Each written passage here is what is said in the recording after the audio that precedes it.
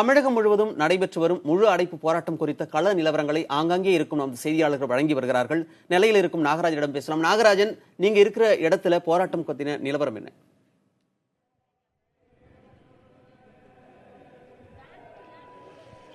மணிவாரம் நெல்லையை பொறுத்த வரைக்கும் ஒரு மிகவும் பரபரப்பாக காலையில் இயங்கக்கூடிய பகுதி தான். ஆனால் நாம் இருக்கக்கூடிய இந்த நெல்லை மாநகரம் என்பது தற்போது வெறிச்சோடி காணப்படுவதை பார்க்க முடிகிறது. இங்கே இருக்கக்கூடிய இது நெல்லை டவுன் மார்க்கெட், அதாவது சந்தை என்று சொல்லக்கூடிய இந்த பகுதியில் ஆயிரக்கணக்கான கடைகள் இருக்கின்றன. நாள்தோறும் கோடிக்கணக்கில் வர்த்தகம் நடைபெறக்கூடிய பகுதி. அதே போல் இந்த பகுதியாகட்டும், அதேபோல் பாளையங்கோட்டையில் இருக்கக்கூடிய மற்றொரு சந்தையாகட்டும், இரண்டு சந்தைகளுமே சங்கத்தின் சார்பாக, அதாவது வணிகர் சங்கத்தின் சார்பாக பேசப்பட்டு ஏற்கனவே மூடப்பட்டுள்ளன. அதற்காக ஆங்காங்கே அதற்கான தட்டி போர்டுகளும் அதே போல் போஸ்டர்களும் ஒட்டப்பட்டுள்ளன. இவர்களை பொறுத்த வரைக்கும் கர்நாடக அரசுக்கு எதிர்ப்பு தெரிவிப்பதாகட்டும், அதே போல மக்கள் அனைவரும் இந்த போராட்டத்திற்கு ஆதரவு தெரிவிக்க வேண்டும் என்ற கருத்தை வலியுறுத்தியே இந்த போராட்டம் நடைபெறுவதாக தெரிவிக்கிறார்கள். மக்களும் அதே போல இங்கிருந்து காலையிலிருந்தே கேட்ட பொழுது, அதாவது இந்த பகுதியில் மட்டுமே சுமார் ஆயிரக்கணக்கான மக்கள் காலையில் வந்து காய்கறிகள் வந்து வாங்கி செல்வார்கள். ஆனால் இங்கு வரக்கூடிய ஒரு சில மக்கள் இடமாற்றம் குறைந்துள்ளது. அவர்களிடம் கேட்கும் பொழுது கூட மக்கள் இந்த போராட்டத்தை கண்டிப்பாக ஆதரிக்க வேண்டும், அதனால தான் நாங்கள் ஆதரிக்கிறோம், இந்த வணிகர் கடையடைப்புங்கிறது சரியான ஒரு தீர்வாக இருக்கும் என்று நம்புகிறோம் என்று தான் மக்கள் தரப்பில் சொல்லப்படுகிறது. இது இந்த பகுதிகள், அதாவது கடைகள் அடைப்பு என்பது அனைத்து பகுதிகளையுமே பார்க்க முடிகிறது. ஆனால் பேருந்துகள் என்பது சாதாரணமாக இயங்குகிறது. கல்லூரிகள், பள்ளி கல்லூரிகள் இயங்கும் என்பதால் அரசு பேருந்துகள் இயங்குவது என்பது அது நடைமுறையில் மிகப்பெரிய அளவில், அதாவது மக்களின் இயல்பு வாழ்க்கையில் மிகப்பெரிய அளவில் பாதிப்பு இல்லை என்று சொல்ல வேண்டும். ஆனால் கடைகள் அடைப்பு என்பது அனைத்து பகுதியிலும் பார்க்க முடிகிறது. மணிமாறன். நாகராஜன், நீங்க இணைப்பிலே இருங்க. தொடர்ந்து கோவையில் இருக்கும் நமது செய்தியாளர் சுதீஷிடம் பேசலாம். சுதீஷ், தற்போது நீங்க எந்த பகுதியில் இருக்கீங்க? நீங்க இருக்கிற பகுதியில் போராட்டத்தோட நிலவரம் என்ன?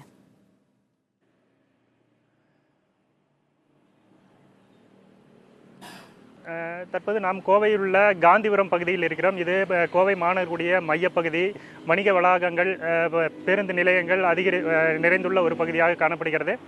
குறிப்பாக கோவை ஒரு தொழில் நகரம் என்பதால் இங்கு தொழில்துறையினுடைய ஆதரவு என்பது ஒரு முக்கியமான விஷயமாக கருதப்படுகிறது.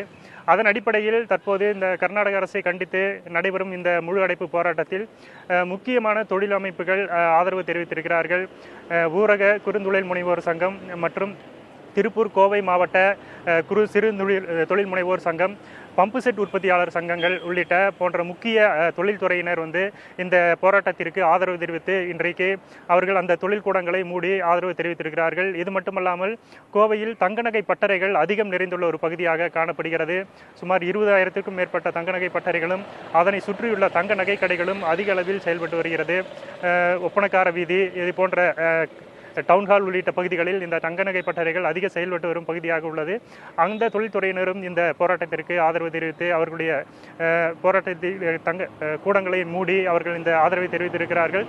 அது மட்டுமல்லாது முக்கிய தொழிற்சங்கங்களும் இதற்கு ஆதரவு தெரிவித்திருக்கிறார்கள். இந்த போராட்டத்திற்கு விவசாய சங்கங்கள், தமிழின அமைப்புகள் உள்ளிட்டவை கடந்த ஒரு வார காலமாகவே இந்த கர்நாடக அரசை கண்டித்து தமிழின அமைப்புகள், சமூக நீதி கட்சி, தமிழின அமைப்புகள், தந்தை பெரியார் திராவிட கழகம் உள்ளிட்ட சட்டக்கல்லூரி மாணவர்கள் போன்றவை கோவையில் தொடர்ச்சியாக ரயில் மறியல் போராட்டம், கண்டன போராட்டங்கள் போன்றவை நடத்தி அந்த பெரும் ஆதரவை தெரிவித்து வந்தார்கள். அதன் அடிப்படையில் அந்த அமைப்பு ரீதியாகவும் கோவையில் அந்த கடையடைப்பு போராட்டத்திற்கு முழு ஆதரவு தெரிவிக்கப்பட்டிருக்கிறது. இதற்கிடையே சமூக நீதி கட்சி தொடர்ந்து இந்த போராட்டத்தில் பங்கேற்று அவர்களுடைய ஆதரவை தெரிவித்து வந்தார்கள். பேருந்துகள், அரசு பேருந்துகள் கோவையில் தற்போது வழக்கமாக இன்று அதிகாலை முதலே இயங்கி வரும் ஒரு சூழல் காணப்படுகிறது. அது மட்டுமல்லாமல் மற்ற போக்குவரத்துகளும், ஆட்டோ, கால் டாக்ஸி போன்றவைகள், அதாவது ஒரு சில தொழிற்சங்கங்களை தவிர மற்ற ஆட்டோக்கள் வழக்கமாக ஓடும் ஒரு சூழல் தற்போது காணப்படுகிறது. பேருந்துகள் அனைத்தும் தனியார் பேருந்துகள், ஒரு சில தனியார் பேருந்துகளும் முழுவதும் அரசு பேருந்துகள் முழுவதுமாக இயங்கி வரும் ஒரு சூழல் காணப்படுகிறது. இதற்கு தமிழின அமைப்புகள் இந்த கர்நாடக அரசை கண்டித்து நடைபெறும் இந்த போராட்டத்திற்கு அனைத்து தரப்பிலிருந்தும் ஆதரவு தெரிவிக்க வேண்டும் என்று ஒரு கோரிக்கையை விடுத்திருந்தார்கள். அதன் அடிப்படையில் இது போன்ற ஒரு வழக்கமான சூழல் இருப்பது அவர்களிடையே ஒரு பெரும் வருத்தத்தை ஏற்படுத்தி இருப்பதாக கூறப்படுகிறது. அது குறித்து சமூக நீதி கட்சியுடைய தலைவரும் வழக்கறிஞருமான பன்னீர்செல்வம் நம்முடன் இருக்கிறார். அவரிடம் கேட்கலாம். சொல்லுங்க, இப்போ இந்த முழு அடைப்பு போராட்டம் என்பது தமிழகத்தில் எப்படி நடைபெற வேண்டும் என்று நினைக்கிறீர்கள்? இந்த காவிரிக்கு எதிரான இந்த போராட்டத்தில் தமிழக அரசுடைய நிலைப்பாடு எப்படி இருக்க வேண்டும் என்று நினைத்தீர்கள்? கர்நாடக அரசு உச்சநீதிமன்ற தீர்ப்பை நடைமுறைப்படுத்த வேண்டும் என்கிற கர்நாடக அரசுடைய கோரிக்கையை அனைத்து கட்சிகளும் ஆதரிக்கிறாங்க. ஆனால் மாறாக தமிழக அரசு இன்று வரை அனைத்து கட்சியிலும் ஒரு ஆலோசனை கூட்டத்தை கூட்டி ஒரு பொதுவான கருத்தை உருவாக்கவில்லை. மாறாக இன்னைக்கு அனைத்து கட்சிகளும் இன்னைக்கு இங்கே முழு அடைப்புக்கு வேண்டுகோள் விடுத்திருக்கிற நிலையில் அதிமுக தொழிற்சங்கங்கள் மட்டும் தானாக வந்து வேலை நிறுத்த புறக்கணிப்பை செய்து பந்துக்கு எதிராக வேலைக்கு செல்வது உண்மையே கண்டனத்துக்குரியது. தானாக முன்வந்து பல வியாபாரிகள், தொழிற்சங்க நிறுவனங்கள் எல்லாம் கர்நாடகாவில் தமிழர்கள் தாக்கப்பட்டு தமிழர்களுடைய சொத்துக்கள் எல்லாம் சூறையாடப்பட்டு அங்கு நிர்கதியாக இருக்கிறார்கள். அவர்களுக்கு ஆதரவு தெரிவிக்கும் வகையில் அனைவரும் இன்று தானாக முன்வந்து புறக்கணிப்பை வேலை நிறுத்தம் ஆதரவு தெரிவித்து வருகிறார்கள். மாறாக அரசு அதிமுக தொழிற்சங்கங்கள் மட்டும் இந்த பணியில் ஈடுபடுவது கண்டனத்துக்குரியது. தொடர்ச்சியாக அனைவரும் இன்றைக்கு புறக்கணிப்பை செய்து வருகிறார்கள். மாணவர்கள் தானாக முன்வந்து, அரசு பணியாளர்கள் எல்லோரும் வந்து இன்னைக்கு முழு பந்தையும் நடத்தி கொண்டிருக்கிறாங்க. கோவையில் வந்து எல்லா நிறுவனங்களும், தனியார் நிறுவனங்களும் தற்போது இப்போ கோவையை பொறுத்தவரைக்கும் அனைத்து அந்த வணிக சங்கங்கள் வந்து தொடர்ந்து இந்த போராட்டத்தில் ஈடுபட்டு வரும் நிலையில் கர்நாடக மாநிலத்தில் வந்து தமிழர்களுடைய சொத்துகளுக்கும் தமிழர்களுக்கும் வந்து ஒரு பாதுகாப்பு இல்லாத ஒரு சூழலை இங்கு தமிழகத்திலிருந்து அந்த எதிர்ப்பை காட்டும் விதமாக முழுவதுமான ஒரு எதிர்ப்பை அவர்கள் வந்து தெரிவிக்க வேண்டும் என்ற ஒரு கருத்தை அவர்கள் தெரிவித்திருப்பார்கள். மற்றபடியாக அனைத்து சங்கங்களும் இந்த போராட்டத்தில் வந்து கலந்து கொண்டிருக்கிறார்கள். மணிமாறன். சுதீஷ், இணைப்பிலே இருங்க, நம்ம தொடர்ந்து பேசலாம். மதுரையில் நம்மோடு ஹரி இணைந்திருக்கிறார். ஹரி, நீங்க சொல்லுங்க, மதுரையில குறிப்பா நீங்க எந்த பகுதியில் இருக்கீங்க? அந்த இடத்துல முழு அடைப்பு போராட்டம் குறித்த நிலவரம் என்ன? மணிமாறன் பார்த்தீங்கன்னா, நாம இருக்கிறது மதுரை கீழமாசி வீதி பகுதியில். இது மிக முக்கியமான ஒரு வணிக சந்தை. இது கீழமாசி வீதியில் ஒரு 10,000க்கு மேற்பட்ட கடைகள் இருக்கிறது. மிக முக்கியமாக மளிகை பொருட்கள் இங்கிருந்து தான் தென் மாவட்டத்திற்கு முழுவதுமாக அதை மொத்த விலைக்கு கொள்முதல் செய்து இங்கிருந்து அனுப்பப்படுகிறது.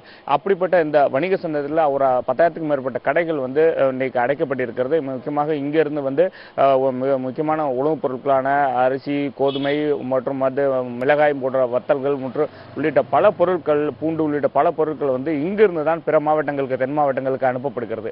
அப்படிப்பட்ட சூழலிலே இந்த கடைகள் அனைத்தும் காலையில் 6 மணி முதல் மாலை 6 மணி வரை கடைகள் அடைக்கப்படும் என ஏற்கனவே தெரிவித்திருந்தார்கள். அதன்படி கடைகள் அடைக்கப்பட்டிருக்கிறது.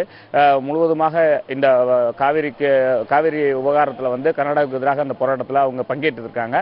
அது மட்டுமல்லாது மதுரை மாவட்டத்தை பொறுத்தவரைக்கும் ஒட்டுமொத்தமாக வந்து பிற தொழிற்சங்கங்கள் அனைத்து போராட்டத்தில் ஈடுபட்டிருக்காங்க.